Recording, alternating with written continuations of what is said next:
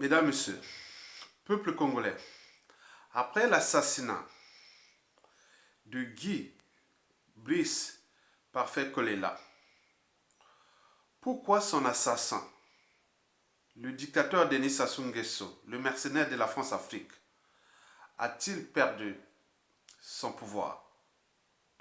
Pour commencer, je vous informe qu'être citoyen, c'est être informé. Et pourquoi? Parce que l'ignorance est la pire des souffrances. Le savoir et la connaissance vous libèrent. Pour info, je ne suis là que pour vous sensibiliser, vous conscientiser et vous mobiliser. Et pourquoi? Parce que la cause pour laquelle nous nous battons, individuellement et collectivement, tant au niveau civil, politique et militaire, contre le dictateur Denis Sassou Nguesso, cette cause-là est digne, juste, noble, légitime et voire civilisationnelle. Donc, seule la lutte libère. Mesdames, Messieurs, peuple congolais, nous sommes donc déterminés à aller jusqu'au bout. Ne lâchez rien. Ne vendez pas ni votre âme, ni votre conscience au néron tropical, à l'orgue de l'anima, le dictateur Denis Sassou Nguesso. Il est fini. Méfiez-vous des apparences. Il est fini. Il va tomber. Ne vous laissez pas impressionner par ces moyens de la force. Sassou Nguesso, nous l'avions vu quand j'arrivais du Congo, au début des années 90. Je l'ai vu quelque part ici à Paris. Il était fini. Je l'ai vu comme ça. Oh, Sassou. Maintenant, d'où tient-il cette force? C'est les moyens de tous, les moyens de l'État. Donc, nous devons nous battre pour récupérer ces moyens-là. Vous verrez que tout ce monde-là, la peur aura changé de camp. Et c'est inévitable. C'est inévitable. Sassou joue au Rambo, au bandit, au banditisme, au terrorisme d'État, aux criminels, qu'avec les moyens de tous, les moyens des Congolais, les moyens de l'État. Donc nous devons récupérer ces moyens-là. Ils seront à nous. Ne vous laissez plus impressionner. Donc c'est fini la politique. On ne fait plus la politique. Les chefs de partis politiques, les chefs de... Laissez ça. N'allez pas dans les trucs des partis politiques. Pensez révolte ou insurrection ou action armée contre ce néron. On ne va plus obéir à son agenda, à autre. Il n'est plus pour ce pays. Il n'a jamais aimé ni ce peuple, ni ce pays. Donc, n'y pensez même pas que Sassou est pour vous. Vous le saviez d'ailleurs. Donc, pensez à la chute. Il va tomber, il doit tomber. Mesdames, Messieurs, peuple congolais, ceci dit, alors, après l'assassinat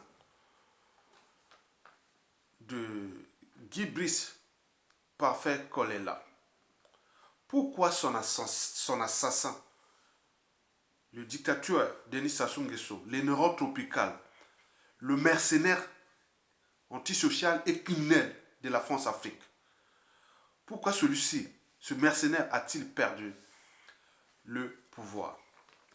Je pense que c'est pour trois raisons. Trois raisons qu'il faut vérifier. La première raison est géopolitique. Quand on parle de géopolitique, on parle de la géographie de la politique. Sassou Nguesso, pour asseoir son pouvoir, a divisé notre pays en deux parties. Le nord et le sud.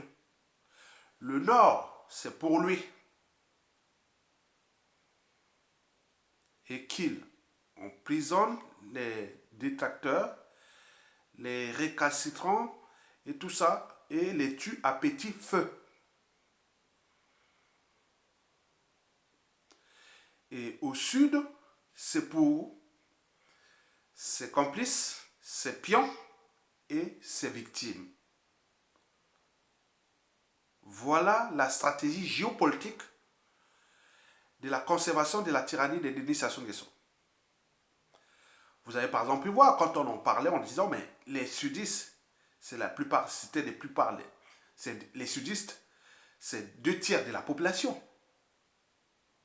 2 tiers de l'économie, 2 tiers des villes stratégiques du Congo, Brazzaville, Pointe-Noire, Dolisie et autres. Mais Sassou avait mis beaucoup de pions, de complices là-bas.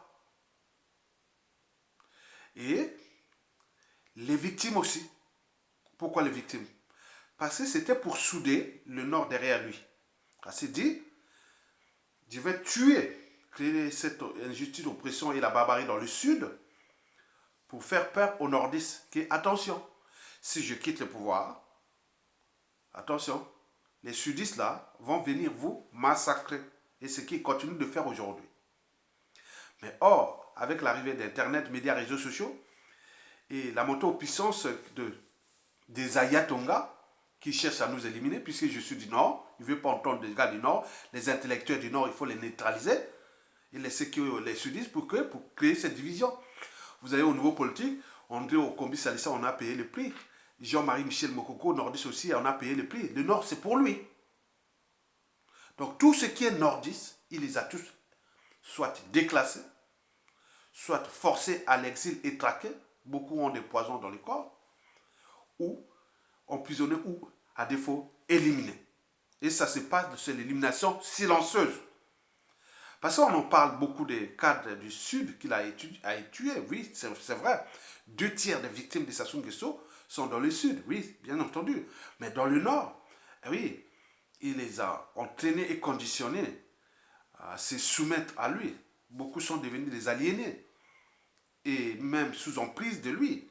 D'ailleurs, le défunt colonel Marcel Turou disait que c'est comme si Denis Sassou Nguesso le poussait à commettre des crimes. Parce que quand vous avez commis des crimes, vous rentrez comme dans la mafia, vous trouverez tout dans la mafia sur la sortie. Donc il faut que les nordistes qui sont avec lui soient entachés de sang, de crimes, qui soient économiques, humanitaires et tout compagnie, pour qu'ils soient ensemble. Parce que si vous êtes sains, ce n'est pas possible. Il faut que vous soyez mouillés. Vous aurez l'argent des Congolais, l'argent et le sang des Congolais dans vos mains. Comme ça, on est ensemble. Et donc, ceux qui sont sains, soit ils fuient à l'étranger, ils se taisent, ils s'enterrent. Et ceux qui sont au pays, bon, ben, ils n'y peuvent pas. On va toujours vous chercher. En plus, là, si vous ne voulez pas, on sait que vous êtes intelligent, vous êtes quelqu'un, pourquoi vous ne bougez pas? Bon, ben, avec les loges franc-maçonniques, on va venir vous sacrifier, comme font des sacrifices humains. Moi, par exemple, au Congo, si j'étais, par exemple, là, je dis non, mais je sais connaître les Sassou Nguesso, je ne veux pas, moi, je reste dans mon travail carrément, hein, parce qu'au pays, au pays, je suis un haut fonctionnaire, hein, et donc, moi, je serais, non, non, mais je vois, mais eux, qu'est-ce qu'ils feraient? Ah non, celui-là est intelligent, on va venir avec leur sacrifice franc-maçonnique, retrouver un membre de la famille ou un ami ou autre pour me sacrifier. C'est comme ça. Donc la franc-maçonnerie est au cœur du système Sassou Nguesso. Ce système liberticide, antisocial, criminogène, immoral et dissolu et confiscatoire. Mesdames, Messieurs, donc la partie sud, donc Sassou ne peut conserver sa tyrannie sans le sud.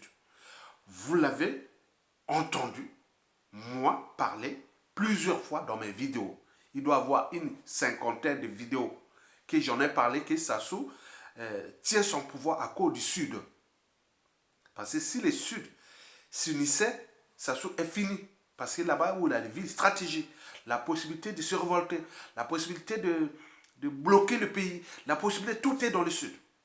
Je vous l'ai dit plusieurs fois sur les 3000 vidéos, j'en ai fait 50 sur ça. Et même ici sur la place de Paris, dans les réunions, dans les manifestations, dans les assemblées intellectuelles ici, et non, moi je lançais toujours, je mettais toujours en lumière cette problématique de l'unité du Sud. Or, l'unité ne se décrète pas, c'est construit au gré des épreuves. Mais là, on est en train de construire l'unité du Sud pour que Sassou puisse dégager. Mesdames, Messieurs, peuple congolais, pour la raison géopolitique, Denis Sassou Nguesso a assassiné Guy Brice Parfait Kolela. En assassinant Guy Brice Parfait Kolela, sudiste, c'est comme si, c'est comme un serpent venimeux qui mord sa propre queue. Et pourquoi? Parce que Guy Brice Parfait Kolela faisait partie de ces piliers de la conservation de sa tyrannie. Explication. Après l'assassinat de son père, père à son âme, Bernard Kolela, en 2007 par Denis Sassou Nguesso, et celui-ci avait pris le contrôle de les enfants de sa victime. Et que même avant même, paraît-on, avant même l'assassinat, il avait dit à Sassou Nguesso, non, je laisse mes enfants avec toi. Donc c'était Guy Parfait Kolela. Et Guy Parfait Kolela, parmi les enfants, c'était l'unique que son père avait choisi pour prendre le contrôle du parti et autres. Donc depuis ce temps-là, depuis 2007, jusqu'à sa mort ou à son assassinat, Guy Parfait Kolela, c'était l'unique personnalité qui pouvait contenir la mobilisation partisane des Lari. Les Lari, c'est qui? Les Lari, c'est une tribu congolaise. C'est une tribu du Sud Congo. Mais cette tribu est stratégique. Pourquoi? Elle est stratégique et problématique pour tout un régime politique. Pour tout régime politique. Parce que cette tribu a la capacité de mobilisation. Cette tribu, ils sont comme les fourmis. Ils sont sociaux, ils sont entre eux, voilà, c'est comme les messages qui passent entre les fourmis et eux, ils sont comme un peu les juifs. On dit que parfois ils sont comme les juifs. Les Lari, quand ils ont un leader, quand il dit allez, on va dans la rue, on y va, on immobilise. Si on dit non, restez, attendez, il le fait. Guy Parfait Kolela a fait en 2015, pendant le référendum anticonstitutionnel de 2015. On en a mobilisé plus de 100 000. Arrivé au boulevard des Armées ou au boulevard Raoul, ils ont fait la meeting contre l'anticonstitutionnel. Hop, il a dit, rentrez chez vous, on va voir s'il va tricher ou pas. Bon, ils sont rentrés. Mais s'il avait dit, on y va jusqu'au palais, ils iraient. Donc c'est lui qui maîtrisait ça. Ça devient un peu mystique, un peu autre. Donc pour fabriquer un individu comme ça, c'est une histoire qui essaie d'abord de son papa. Son papa fut l'un des détracteurs du marxisme-léninisme. Et donc quand Marien Ngouabi quand il fut arrêté en 1969, en novembre, on voulait l'assassiner. Hein. Bon, Sassou Nguesso voulait l'assassiner en fait. Parce que Sassou Nguesso voulait prouver, hein, montrer, comme le fait Firmin Aïssa aujourd'hui. Donc il monte les trucs pour monter dans l'échelle. Bon, à l'échelle du pouvoir jusqu'à avoir, il a roulé Marien Ngouabi, il a fait tous les coups bas. Même si c'était quelqu'un avait raison, mais il cherchait à l'éliminer pour monter à l'échelle du pouvoir pour qu'il arrive au bout. C'est un pion de la France-Afrique, on l'avait déjà préparé. Mais il est monté. Arrivé en 1977, il a assassiné le commandant Marien Ngouabi. Mais auparavant, en 1969, Bernard Kolela, paix à son âme, il a dit, il fut arrêté. Et on voulait l'assassiner. Bernard Kolela au poteau, en 1969. Et c'est Marien Ngouabi qui a dit non. Bernard Kolela n'est pas contre Marien Ngouabi. Il est contre mes idéaux. Il est contre le marxisme-léninisme. Oh, ça se dit non, c'est pareil, il faut l'éliminer. Non. Il a sauvé sa peau. Ça, c'est pour l'histoire, on s'est dit. C'est Marien Ngouabi qui n'avait pas compris, détecté qu'il était en face d'un élément très dangereux, qui va, comme celui qui fait des intrigues, des coups bas, des fiches et tout compagnie, pour rassurer. Il va monter les opérations pour éliminer. Donc, il a éliminé jusqu'aujourd'hui, Denis Sassou Nguesso.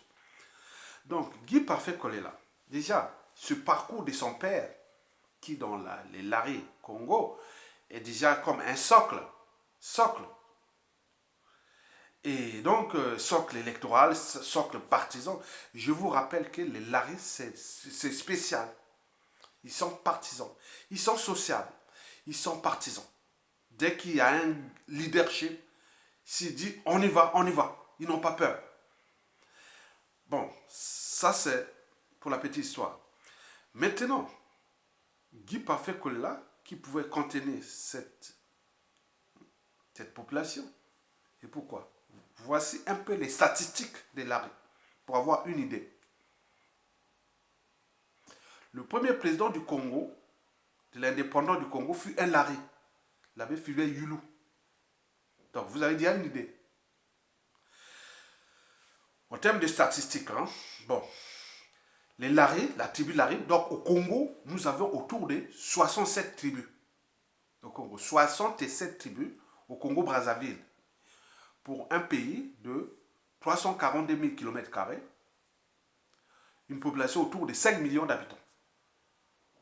Plus au moins 701 millions d'étrangers qui sont là. Donc sur les 65-67 tribus, les Larry font partie, c'est la plus grande des tribus du Congo-Brazzaville. Elle est positionnée dans la ville de Brazzaville, la capitale, et tout autour de la région de Brazzaville, qu'on appelle la région du Poul, ou le département du Poul. Du Poul Malibo, en face de Kisasa. Et cette population, c'est fort comme partie des Congo qui tend jusqu'au une partie jusqu'au Gabon, une partie au sud du Gabon, jusqu'en République démocratique du Congo, même jusqu'au une partie au sud au nord de l'Angola, qu'on appelle les Congo, avec K. Et donc, l'histoire des Congo, bon, c'est les Portugais qui connaissent depuis au 15e siècle. Mesdames, Messieurs, peuple congolais, voici les statistiques. Les Larry au Congo, c'est déjà un quart de la population nationale. C'est la moitié de la population du Brazzaville. C'est le tiers de la population du Sud Congo. Et c'est le tiers des Congolais de la diaspora, et notamment celle de France. Donc, vous imaginez les réseaux d'influence, de nuisance et de tout ce qui est là. Or, en assassinant Guy Parfait Kolela, Larry sont déboutés. Et donc, deviennent comme un corps sans anticorps. Donc, il peut choper tout ce qui est autre pour aller attaquer sa zone. C'est comme un ordinateur sans un programme. Et donc, c'est comme ça. Donc, c'est un système qui devient, c'est-à-dire, c'est une population qui devient, c'est-à-dire, c'est comme les systèmes ont tout géré d'en bas vers le haut. Donc, il n'y a plus un ordre qui peut venir d'en haut. Donc, c'est un système qui est déjà dangereux. Ça devient improbable, imprévisible pour Sassou Nguesso. Parce qu'il ne peut plus les contrôler. En plus, on les ramasse pas ça. Donc, les centres de décision sont maintenant diversifiés. C'est dangereux parce que c'est une population partisane. 100%. Et qui en a subi des Sassou Nguesso. Sassou Nguesso, c'est-à-dire pour les... Bon, en dehors des opérations Mouebara, après le coup d'État, sanglant Force Afrique de 1997, ils ont fait dans les Nibolek. Ça, c'est sûr. Hein. Ça, c'est... Ça soit des contentieux historiques là-bas. Mais dans le... Sassou Nguesso, depuis qu'il est au pouvoir, il n'a cessé de massacrer les Larry. C'est terrible. C'est comme un acharnement. Et donc, il y a tellement de contentieux historiques après Sassou Nguesso. Donc, au point de vue de la mobilisation, Sassou ne peut plus contenir cette population. Donc, Sassou Nguesso devient en guerre froide envers les Larry. On ne sait pas là où peut sortir à tout instant. Il contrôle la vie de Brazzaville. En plus, les Larry, c'est une tribu hybride entre les Téké et les Congo. Et donc, ça, c'est tendu du parti nord de Brazzaville. Et donc là, c'est une situation où, et c'est comme au temps des droits civiques aux États-Unis et même pendant l'apartheid. Vous voyez, quand il y avait l'assassinat de Martin Luther King aux États-Unis, mais on a vu monter des Black Panthers, de Martin Luther King, les mouvements entre la politique et les mouvements armés. Donc ce qui risque d'arriver là. Vous avez vu pendant l'apartheid, avec l'arrestation et la condamnation à mort ou à perpète de Nelson Mandela. On a vu monter d'autres réseaux, d'autres politiques et militaires avec les Sibicons qui furent assassinés en 1977, mais il y a eu d'autres qui ont continué l'action armée, comme on voyait déjà dans les années 80, contre les Afrikaners, c'est-à-dire les Blancs qui pratiquaient l'apartheid, attaquaient les Noirs aussi attaquaient, donc c'était vraiment violent. Donc il y avait une branche politique et une branche armée, ce qui va arriver dans cette population, parce que cette fois on ne va pas se laisser massacrer comme des pluies. Donc il y aura certainement une situation interne dans ces réseaux qui sont diversifiés dans une partie politique où aujourd'hui même pour contrôler les laris au niveau politique à l'échelle nationale, c'est pas possible parce que j'en ai fait des sondages. J'ai demandé comment on appelle, à certains individus, j'ai dit bon, pensons à Guy Foussa. Oh, c'est des formations. Ils ont signé les pactes avec Sassou Nguesso et donc ils laissent mourir tranquille et voilà, donc c'est pas, non, ne comptez même pas. Et on a passé Toumi. Toumi, non, qui ne va pas nous ramener les populations de Brazzaville pour aller se massacrer dans le pool. Non, il faut que nous, le combat est à Brazzaville. S'il veut vraiment combattre Sassou, il vient à Brazzaville, on se rend dans la rue à Brazzaville, on ne va pas aller là-bas. Déplacer là-bas et laisser Sassou Nguesso tranquille à Brazzaville, non. Donc on ne veut pas. J'ai parlé de Boukadé. Oh non, Boukadé aussi, vraiment, vous n'avez pas, voilà, donc vous n'avez pas de modeste, hein. Vous n'avez pas de manœuvre là. Hein. Donc il y a Toumi, Kifoussa, Boukadia. J'ai parlé aussi de qui, hein, non, de Silou, voilà. Non, tout ce monde, donc il n'y a plus confiance. Donc c'est lui-là, malgré les apparences, c'est lui qui pouvait les contenir. Donc il savait bien que c'était un problème historique. Il y a un socle. Donc on ne fabrique pas un leader, on ne fabrique pas des choses comme ça. Vous avez tout compris. Donc ça devient un électron libre, incontrôlable, et à tout instant, il peut surgir des individus, comme on a vu Steve Biko, on a vu Malcolm X, on a vu, voilà, donc à chaque situation comme ça. Donc c'est très intéressant, parce que celui qui va sortir, vous avez vu le gars là qui sort, qui parlait non, nous, vous, ici en Afrique, le pouvoir, c'est les Blancs qui donnent. Mais nous, à Brazzaville, ici, au Congo, c'est le peuple qui donne le pouvoir. Donc nous, on va donner le pouvoir nous-mêmes. Donc on va faire. Un gars comme ça, qui est un gars de Kolela, il a parlé, je l'ai fait dans la vidéo. Mais c'est intéressant, il y en a beaucoup comme ça dans le pays. Il y en a beaucoup là dans les laris. Donc c'est l'enjeu, c'est l'avenir. C'est des gens qui sont derrière. Le monsieur là, c'est un homme politique. Moi, si ça se tombe là, moi, le gars là qui a parlé devant les blanches là et tout ça qui a parlé là, moi, c'est un gars que je vois. Parce que nous avons franchi la barrière de l'esprit. Des émotions et de l'appartenance. On voit les gens qui ont le sens du patriotisme de l'esprit. Il parlait bien, il a dit oui, mais que vous allez faire votre là, il est avec grand, il est devant la photo du défunt Guy Parfait là derrière, et je vois un gars comme ça, moi, on aime, vous voyez comment, pour un acte, voilà. Donc, vous, ce que vous allez faire au Congo là-bas, aura des pactes au niveau mondial, au niveau de notre pays. Regardez ce gars-là. Donc, s'il veut, maintenant quand on parle, il cherche à venir nous assassiner. Qu'il vienne m'assassiner, il a dit vraiment bien. Est-ce qu'ils ont, comme j'adulte, monsieur, est-ce qu'ils ont le monopole de ça? On a tout alerté, parce que quand les mots, les injures, les menaces ne suffisent plus, que le danger est proche, ça soit on a abusé des moyens de tous. Mais ils vont tomber puisqu'ils ont envoyé tous les enfants, les mettre tout ça partout dans les pays périphériques. Beaucoup sont allés en République démocratique du Congo. Mais là-bas, Sassou Nguesso ne sait pas que, et tout ce monde ne sait pas que s'il tombe, le Congo-Brazzaville sera à Kinshasa. Donc tout le pays là, nos services seront là-bas. Les CFA vont tomber en masse. On va donner des CFA, des dollars énormément pour aller vous trahir là-bas. Donc vous voyez, vous ne fouillez même pas, restez en Europe. En Europe encore, beaucoup de laris, je dis, ici il n'y a que ça. Donc ils sont perdus. Donc ils savent bien qu'ils ont joué contre le peuple, ils ont peur de perdre. Donc nous, c'est un problème du temps. Laissez le temps au temps, mais le temps joue contre eux. Le temps joue pour nous, le peuple. Donc voyez déjà cette situation-là. Donc, pour cette partie géopolitique que je vous viens de dire, on est en guerre froide, ça est en guerre froide envers les laris Congo qui contrôlent la ville de Brazzaville. On ne sait pas là où va sortir. Je vous l'ai dit historiquement pour les cas de l'Afrique du Sud et des droits civiques aux États-Unis. Et donc, vous avez vu qu'il y a eu toujours les montées de ces choses-là. Malcolm X, les Black Panthers, les Black Movement, les Black... Non. Donc, on arrivait à des choses comme ça. Des guérillas. Hein? Des guérillas, il y avait des guérillas. Donc, nous allons arriver dans les situations des guérillas parce qu'on ne fait plus la politique au Congo. Donc, nous faisons soit les mouvements insurrectionnels ou militaires pour les dégager. Vous avez tout compris. La deuxième Et l'avant-dernière raison est politique. Après l'assassinat de Guy Parfait Kolela, Sassou Nguesso est dans l'incertitude. Et il vit dans l'imprévisible. Je vous rappelle qu'il est maintenant en guerre froide contre tout le Sud-Congo. Tout ce qui servait Sassou Nguesso, ils savent bien que nous sommes en danger. Tout le Sud-Congo est en danger. Parce que Sassou Nguesso va gouverner que par les sons.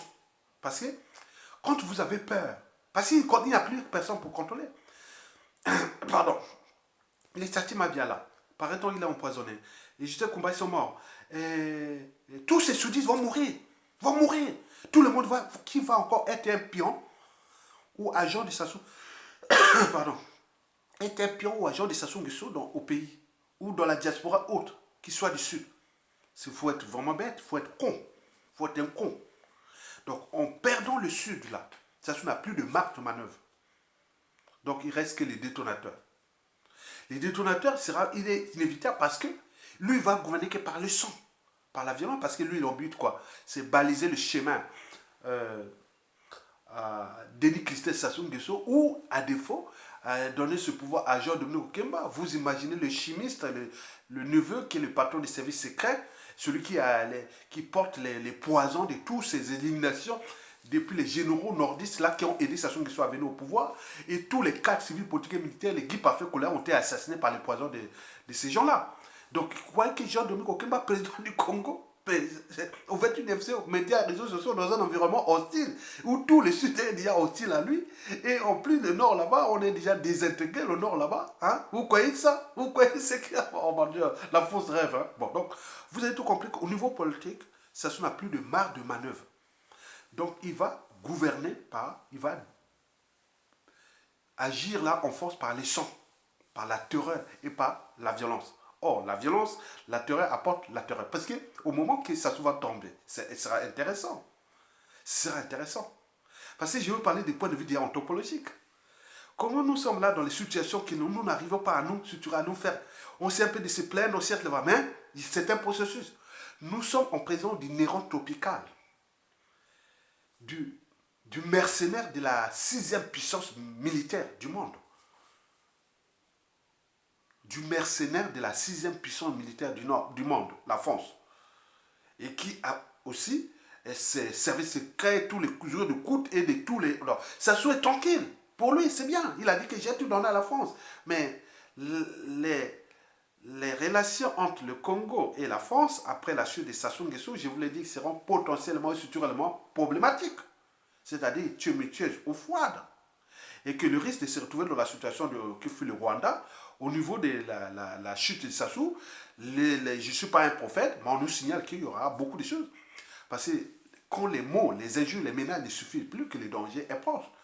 Quand le général Nyanga Mboula, il dit l'avenir d'Emboshi. Oui, oui. Et quand certains intellectuels disent non, mais les Mboshi danseront-ils encore après la chute de Sassou? Et d'autres, que vont-ils devenir les Mboshi? Donc, il y en a tellement de projets énormes contre les Mboshi. Parce qu'ils n'ont pas pris les responsabilités. Or, la responsabilité chez nous, là-bas, est souvent par appartenance, par association. Mais les gens ne vont pas distinguer là, parce que là, l'assassinat de Guy Parfait Kolela, c'est pas bon. Mais il y a beaucoup qui sont aussi dans les lignes de mire. Jean-Marie Michel Mokoko peut mourir à tout instant. Au Combi, Salissa, pareil. Mathias Ndjok, pareil. Clément Méressa, Paulin Makaya, ils sont là tous sur les coups. Au lieu de jouer à la convergence des intérêts particuliers, partisans, des courants de pensée ou des conflits d'intérêts, parce que là, il y a des francs-maçons, il y a des ceci, il y a des gens, les autres ont laissé leur arme à Sassou Nguesso, et donc ils jouent, ils les tuent. Mais ça, c'est leur affaire. Mais ce n'est pas l'affaire du peuple. On ne va pas sacrifier le peuple derrière vous, voilà. Donc il faut prendre les devants, un leadership, un autre, il doit suturer. Il y a des gens qui circulent là. Donc le fruit est mieux pour le chasser. Et donc au niveau politique, Sassou est aussi dans la situation d'incertitude. Parce que tout est imprévisible en ce moment. Parce qu'au plan de vue macroéconomique, rien ne va plus marcher au Congo. Rien. Ce pays-là va s'enfoncer. Mais c'est que la chute sera brutale. Je vous l'ai dit, je vous l'ai rappelé. Aujourd'hui, il y a 100% des cas, la chute de sa chute sera brutale et dramatique à la fois pour sa famille, son clan et autres. Puisque quand ils vont fuir à l'étranger, je vous l'ai rappelé, je vous suis la voix des sans-voix. Je suis la voix des sans-voix. La voix du mécontentement. Je suis là pour alerter. Éveiller les consciences des uns des autres du danger. Regardez tout ce que Sassou Nguesso a fait contre les uns et les autres dans ce pays. Ça sera la photocopie identique au moment de la chute. Au point de vue administratif, les passeports, les visas, pareil, ils sont pareils. Au point de vue de la liste noire, ils ont déjà les listes noires. Au point de vue administratif, institutionnel, politique, tout au pays, non. Au point de vue des méthodes qu'ils ont utilisées pour éliminer. Vous savez que, je vous informe, la plupart des empoisonneurs des Sassou, c'était aussi des sudistes. C'est le paradoxe. Sassou employait ces sudistes-là pour aller empoisonner des sudistes. Et certains prenaient aussi des sudistes là pour empoisonner des nordistes. Beaucoup de sudistes. Mais ils ont acquis des réflexes. Au moment de la chute des Sassou, ce sont les mêmes empoisonneurs qui vont empoisonner tous ces gens-là, qui vont fuir dans les pays périphériques africains ou d'autres, ou avec les moyens de l'État. Je vous dis que ça sera chaud. Donc il y a l'espoir. Nous, on sera peut-être plus vivants, mais je vous dis, dans 100% des cas, ça va se répéter. Parce que l'histoire a tendance à se répéter. Les mêmes causes créent les mêmes effets. Ne faites pas autrui ce que vous ne souhaitez pas qu'on le fasse sur vous-même. Et que nous, en Afrique, notre topologie politique et sociale est telle que, quand on a un pouvoir, on a tendance à rendre justice soi-même. Et que la coupe est pleine, trop c'est trop. Donc, il y a des gens qui sont maintenant entraînés, conditionnés comme vous. Donc, demain, les gens vont faire les moyens pour apporter le bien-être au peuple, mais il y a toute une guerre froide, une guerre secrète, qui sera là pour neutraliser tous ces gens-là. C'est que j'apprends des réseaux. Et ils le savent. Mesdames et messieurs, peuple congolais. La troisième et la dernière raison est France-Afrique. Vous savez que la France mène une guerre froide avec la Russie en Centrafrique. Et que la Russie, on a profité des erreurs de la France-Afrique, qui sont dans tout son précaré, qu'il est en train de tirer tous vers le bas, en maintenant des dictateurs sanguinaires et autres. Ce n'est pas le problème de dictateurs, on peut avoir dictateurs et dictateurs. Mais là, c'est des criminels qui maintiennent au pouvoir. Pour faire la diversion, il va parler des autres trucs d'Europe, d'Asie, de Russie, autres. Mais là, en Afrique francophone, c'est vraiment le désastre politique et humanitaire, économique aussi. La France mène une guerre froide en Centrafrique. Pour info, la ministre centrafricaine des Affaires étrangères l'a annoncé dernièrement qu'on interdit même la France de survoler les territoires centrafricains. Tout ce qui vient de là, il faut être sous contrôle. Il faut valider. Donc, la Centrafrique est aux mains d'une deuxième puissance militaire du monde. Donc, les moyens sont colossaux. Ils couvrent tout là où le précaré français. En Afrique centrale. Donc, la France a peur, donc pour dire non, mais pour mettre un peu ses bases, il mettait Sassou Nguesso.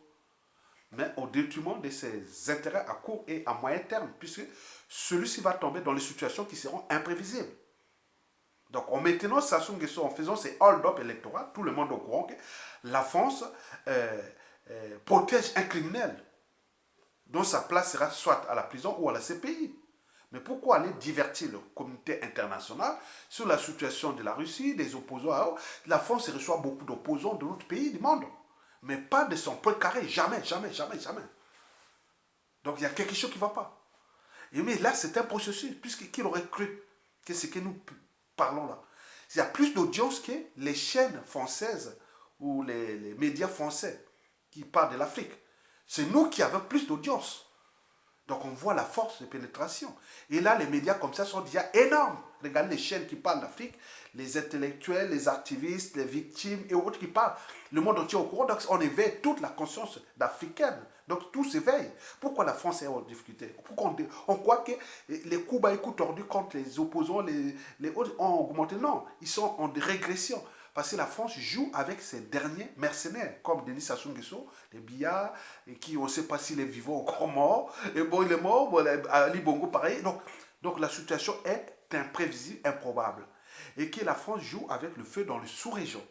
Et donc la situation de la guerre froide qui mène la France avec la Centrafrique, c'est un des détonateurs de ce qui va se passer. Et donc la situation de cette guerre froide-là est bénéfique pour le Congo, puisque ça soit dirigé par le sang. Et une situation est imprévisible. Parce qu'un dictateur, quand il va chuter, on ne sait pas ni la seconde, ni l'heure, ni la minute et autres, ni le mois autre. Parce que ce sont des destins. Il a eu les destins pour briser ce peuple-là, nous avons aussi les destins. On croit au fond de l'esprit. Donc les situations que je vous l'ai dit, pour les 3 raisons, que là, sur cette raison, la France est assise au Congo donc sur une bombe à retardement. Le hold-up électoral qui vient de se passer dans les conditions qu'on n'a jamais vues. On peut tricher, on a eu des dictateurs qui ont triché, mais ce qui vient de se passer au Congo là, c'est du jamais vu. C'est comme de l'arrogance, c'est comme de... Non, c'est rien. Donc ça fait rire tout le monde.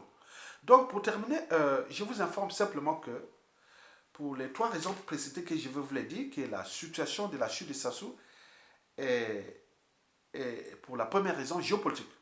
Parce que Sassou a perdu le Sud. Ça, c'est sûr et certain. C'est fini. Et donc, les processus qui vont être là, donc les gens vont informer les gens pour qu'il y ait ce blocage de tous les pions et complis de Sassou dans le Sud. C'est l'objectif. Et